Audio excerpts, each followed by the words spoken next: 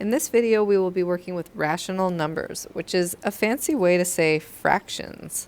Rational numbers are the set of numbers which can be expressed in the form a over b, where a and b are integers, and b is not equal to 0. The integer a, the top, is called the numerator, and the integer b, the bottom of the fraction, is the denominator. Some examples of rational numbers are any number that could be written as a fraction, so 2/3. It could be a negative number, negative 5/4. The top can be bigger than the bottom. We call that an improper fraction. A mixed number is also a rational number. For example, negative 1 and 1/4 is equivalent to negative 5/4. So the fact that I can change negative 1 and 1/4 to be written in the form negative 5/4, which is a ratio of two integers, makes it a rational number. Any decimal that terminates, like 0.5, is a rational number because I can turn it into a fraction. That's equal to 1/2. Also, any repeating decimal, like 0.3 repeating, that's equal to 1/3. So any terminating or repeating decimal is a rational number. Also, a number, if I take the square root of a perfect square, like the square root of 4, that's a rational number because I get a nice whole number. The set of irrational numbers are numbers that cannot be converted to a fraction because they have decimals that go on and they never repeat and they never end.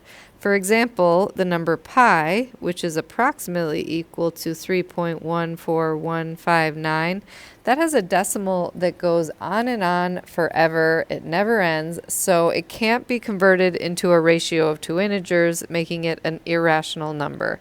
Another example of an irrational number is the square root of 2. That's approximately equal to 1.4142135 ... And those digits go on and on forever without repeating, and they never end. So it can't be converted to a ratio of two integers. Any radical that is not a perfect square, square root of 3, square root of 5, square root of 6, those are going to be irrational numbers. Another example of an irrational number you might have met before is the number e, which is an exponential growth constant. E is approximately equal to 2.718281, and again, it has a decimal that never ends and never repeats. 91. But the focus of this video is rational numbers, which are fractions. And we are going to start by reducing fractions to lowest terms. And we're going to do that by dividing the numerator and denominator by their greatest common divisor. So if you look at that first example, part A, 12 and 15, I want to think of their GCD, their greatest common divisor, and the biggest number I can divide them both by would be 3. So I'm going to divide them both by 3, and that gives me 4/5.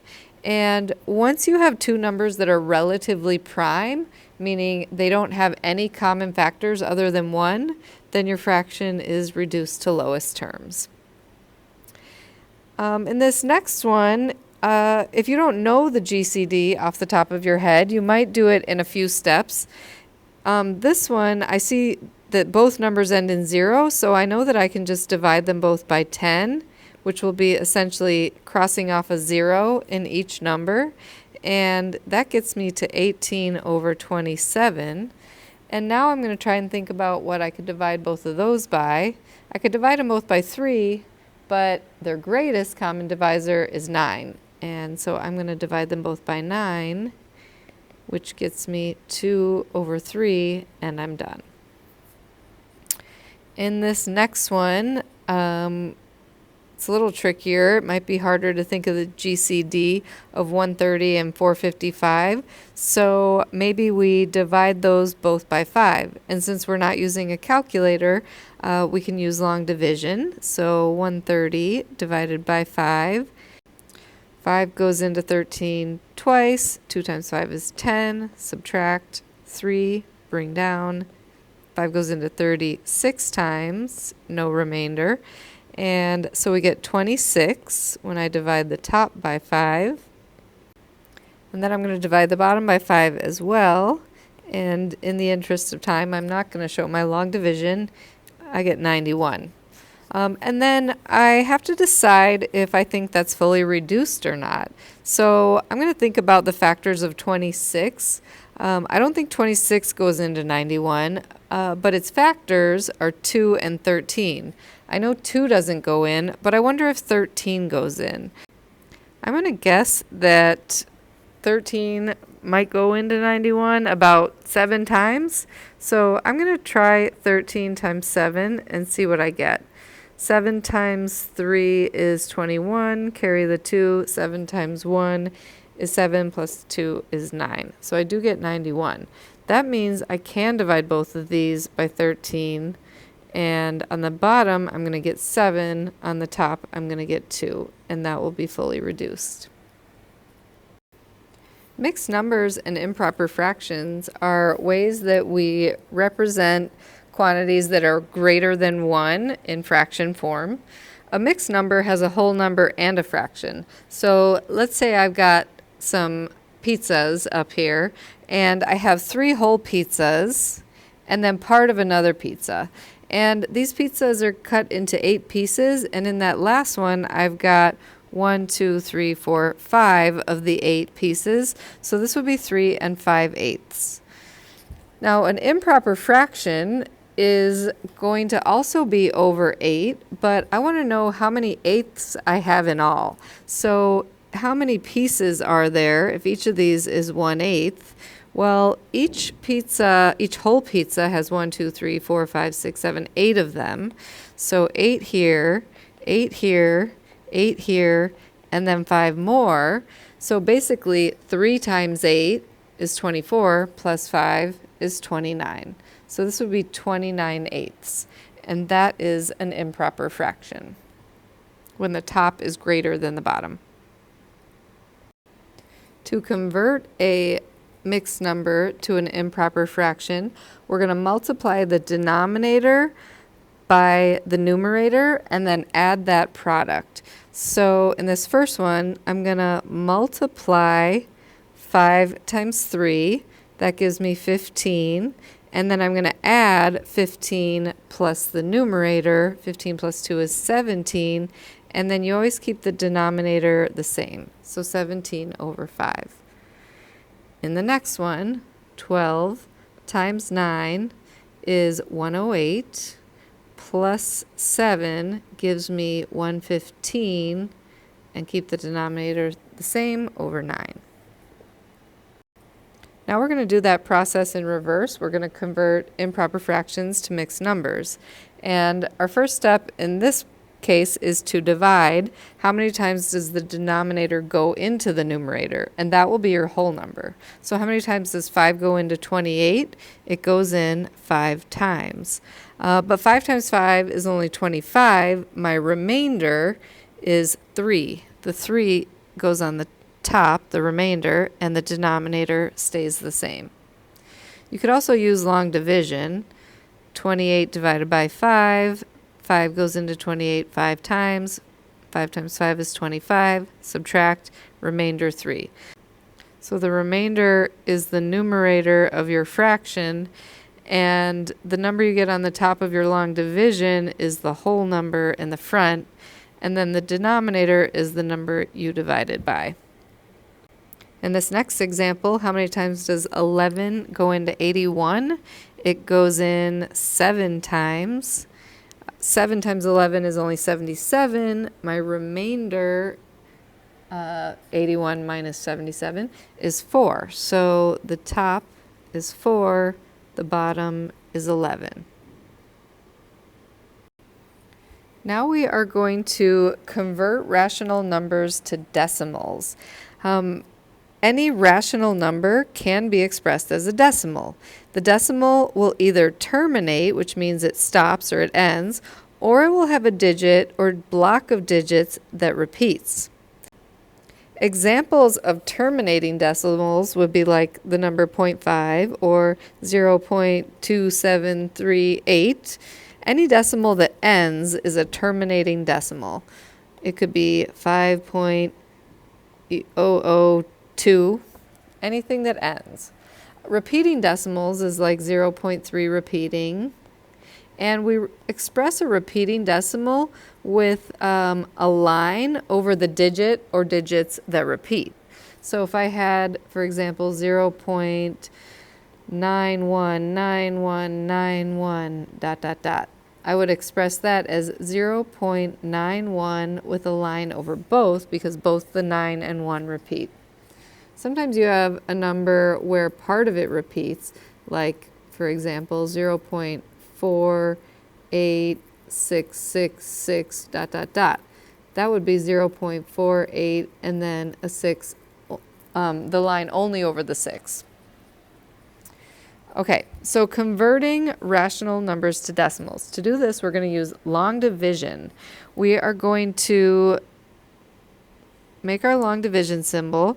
The numerator goes inside, and the denominator is the number we are dividing by. Now, because this fraction is less than 1, 8 doesn't go into 3 at all. So what I'm going to do is add a decimal and add a 0. And I'm going to ask myself, well, first of all, I'm going to move the decimal straight up above in my answer. And I know 8 doesn't go into 3 at all, so I'm going to put a 0 to the left of the decimal. Then I ask myself how many times 8 goes into 30. It goes in 3 times. 3 times 8 is 24. I subtract. 30 minus 24 is 6. Now, since I didn't get 0 for my remainder, I'm not done, so I'm going to add another 0 and bring it down. And 8 goes into 60 7 times. 7 times 8 is 56. Subtract, I get 4. I still didn't get 0 for my remainder, so I'm going to add another 0 on the end of that dividend, bring it down. And 8 goes into 40 5 times. 5 times 8 is 40, subtract, I do get 0, and so now I'm done. 3/8 is equivalent to 0.375. So we're allowed to add as many zeros after the decimal of a number as we want. We didn't change the value of that 3, but that allowed us to divide until we got no remainder. And so that was a terminating decimal. In some examples, you might have a situation where you find that your decimal is repeating. So you should be able to stop when either your decimal terminates, you have no remainder, or you find a repeating pattern that you know will just continue to repeat. Okay, so let's do the next example. I'm going to put the 11 in the front, the 5 underneath. I know I'm going to have to add at least 1 0. I move the decimal up above. 11 doesn't go into 5 at all, so I put a 0 first to the left of the decimal, and then how many times does 11 go into 50? It goes in 4 times. 4 times 11 is 44. Subtract, we get 6. Add a 0, bring it down. 11 goes into 60 5 times. 5 times 11 is 55. Subtract, I get 5. Add a 0, bring it down. 11 goes into 50 4 times. 4 times 11 is 44. Subtract, I get 6. Add a 0, bring it down. 11 goes into 60 5 times. 5 times 11 is 55. Subtract, I get 5. Add a 0, bring it down. And as you can see, I'm going to have a repeating pattern here. I could keep doing this all day, and I'm going to get a 4, and then a 5, and then a 4, and then a 5, and so on. So this is going to be a repeating decimal. This one is equal to 0.45 repeating, and I put a line over the 4 and the 5. Now we're going to express decimals as fractions. So we're going to take terminating decimals and turn them into fractions. So to do that, we're going to use their place value. You're going to find the place value of the last digit where the decimal terminates. And for example, this one terminates in the tenths place. So this is equal to 8/10. And I'm going to reduce that, and I get 4/5. This next one terminates in the hundredths place. So this is 12/100ths, or 12/100. And I reduce that. I can divide these both by 4, and I get 3/25.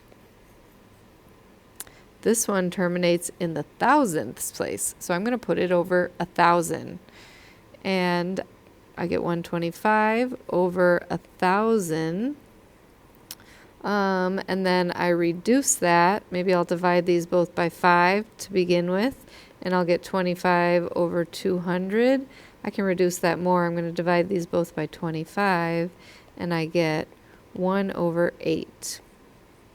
So using the place value of the terminating digit, if it terminates in the tenths place, you put it over 10. If it terminates in the hundredths place, you put it over 100. If it terminates in the thousandths place, over 1,000, and so on. In this last part, we are going to change repeating decimals to fractions. And we're going to follow these steps. Step 1 says let n equal the repeating decimal. So I'm going to say n is equal to 0.5 repeating. I'm just going to write a few 5s. Okay, in step 2, we're going to multiply both sides of the equation in step 1 by 10 if one digit repeats, by 100 if two digits repeat, and so on. I'm going to rewrite my equation from step 1.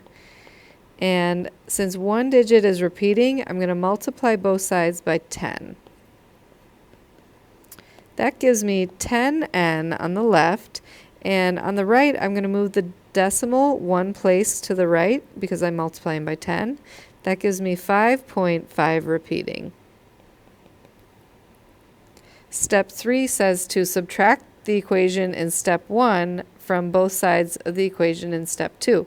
So I'm going to subtract n on the left, and 0.555 gets subtracted on the right. That gives me 10n minus 1n on the left is 9n, and on the right, the repeating decimal part is going to cancel out, leaving me just with 5. And then step 4 is to divide both sides by the coefficient of n, and that will get me n is equal to 5/9. Okay, let's try one more example. Step 1, n equals 0.2323, and so on. I'm going to write it one more time. This time I have two digits repeating, so I'm going to multiply both sides by 100. That gives me 100n equals, this time the decimal needs to move 2 places over, and I get 23.2323, and so on. Now step 3, we subtract the equation in step 1 from both sides. So on the left I subtract n, on the right I subtract 0.2323 dot dot dot, and 100n minus 1n is 99n, and on the right the repeating decimal part will cancel out, leaving us with 23. And then the last step is to divide both sides by that coefficient in front of n. I divide both sides by 99, and we get n equals 23/99. I should always check to see if I can reduce, but 23 is prime, and it doesn't go into 99, so I believe we are done.